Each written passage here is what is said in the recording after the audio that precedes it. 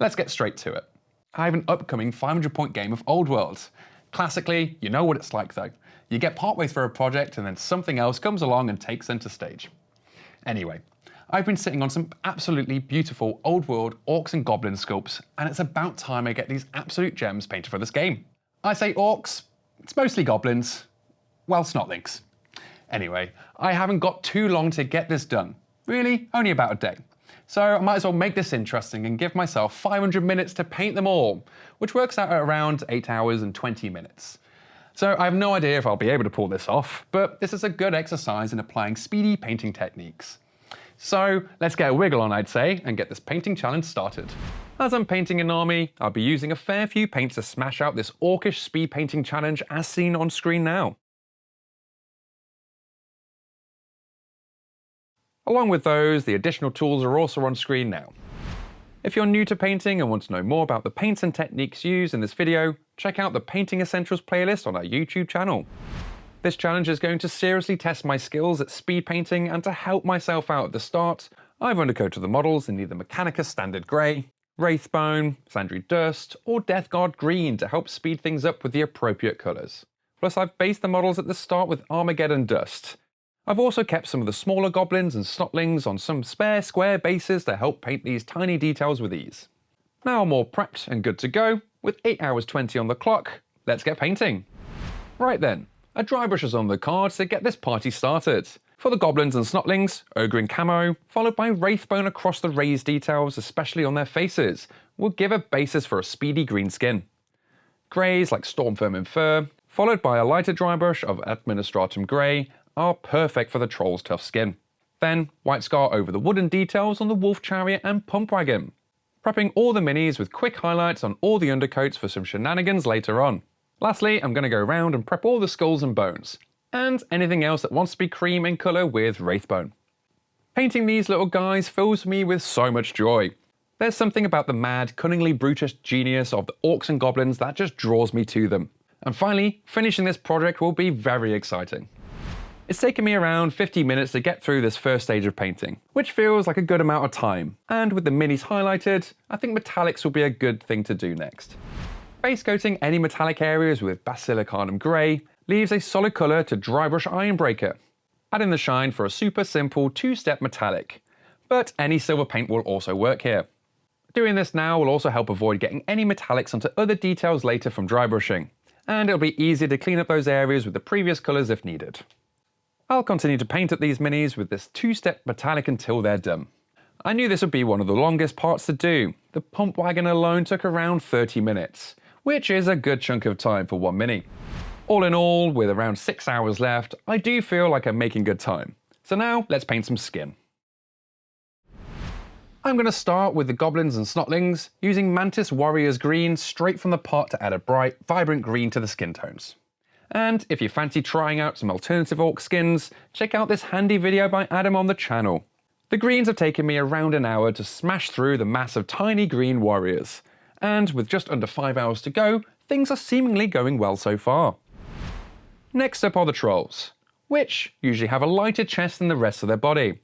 Any lighter colour will work here, but I have Administratum Grey at hand as a lighter grey to the darker scaly backs. I'll paint 2 thin coats from the bottom of their bellies all the way up to the top of their noses. Now they're all ready for an all-over body wash of a Thonian camo shade, leaving these guys with a light mossy touch in the recesses of their lovely stony skin. I'll grab Basilicanum Grey again and go over the big stone rocks on the troll's great weapons, and add a little extra across the furry loincloths while I'm at it. Then, while they dry, it's now time to add Guilliman flesh over the ogre's skin to deepen them further. I like to add a drop of water to the paint to help it flow more smoothly over the flatter parts of the model. And if you want some variation or a darker skin tone, a second coat does just that. Phew-wee! The gang is coming together fantastically. I'm so stoked to get this army done, and for that, it's time to get the details started. I'll start these with the wolves and to use a sponge and a tube. Starting with snakebite leather down each back and a bit down the sides, while using a brush to get this colour into the deeper recesses, followed by Gore-grunter fur just along the spine for a bit of variation, leaving a lush pattern across the pair of wolves similar to the trick that I showed off in this painting fur video. I'll now set them to one side to dry, and in the meantime I'll paint up the wooden features and all the little details across the minis. A dark brown like wildwood will do nicely over the wooden details, and across the leathers and loincloths on all the minis, adding a dark pre-shade and defining the outline of these details before adding the next layers of paint. Adding a dark pre-shade and defining the outline of these details before the next layers of paint add a bit more colour. Alternatively, for a dash of colour, I'm going to use Flesh Tearers Red across some of the woods and random details across the army to tie everything in together. A bit like these stripy patterns all over the ogre's white trousers for a bit of fun, and if I see an open mouth, it's getting in there too, just to paint all the gums. With only a little over an hour left, I'm going to start sticking the snotlings to their proper bases and filling any of the gaps with Armageddon dust, which, at this point, I hope they dry before the timer runs out, as I approach the final hour. So, it's all steams ahead now for the final touches. The wolves are first up with a light dry brush over the furs with Wraithbone to pick out the furry details.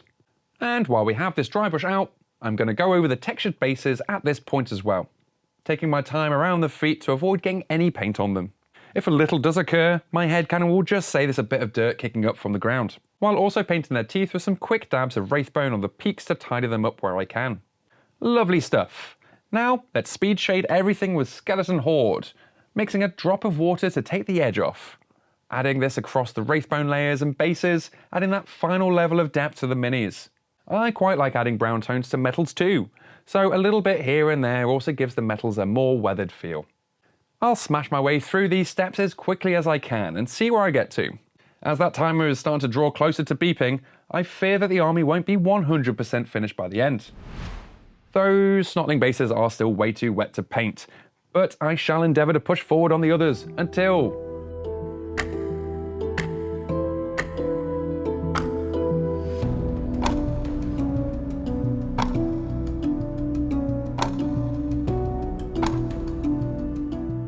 Yep, I didn't quite make it in time, but I wasn't far off. As expected, those snotling bases dried up after the timer, and I had a few areas to wrap up with Skeleton Horde too. As I wasn't far off, I decided to finish the last bits, which pushed me to around 9 hours in total to complete this now fully painted, game-ready army to start causing mischief across the old world. With them finished, let's break down the army. First up, the little green big boss upstart leading the army, riding forth on a chariot to smash into the enemy lines. Backing him up are 2 units of unbreakable snotlings. And for good measure, let's get a few of those snotlings on a pump wagon, for pure movement madness. Then comes the muscle. 3 common trolls with great weapons clocking in some lovely strength 7 hits, rounding things off with 3 Badland ogres for added punch. Not a bad starting force to add to down the line, and I generally think I've made something accidentally quite nasty here. The overall speed of these guys coming together has kind of surprised me. Locking in the right undercoats has really helped speed the process up from the start, and layering contrasts in various stages quickly has sorted out all the depth and colour. Not bad for a day's work. Now it's time to get these guys packed up for the game and test them out on the field. In the meantime, for more painting videos, head on over to our YouTube channel, or if you need more hands-on help, you can always pop to one of our Warhammer stores where a friendly staff will be more than happy to help. Thanks for watching, cheers guys, and see you in the next one.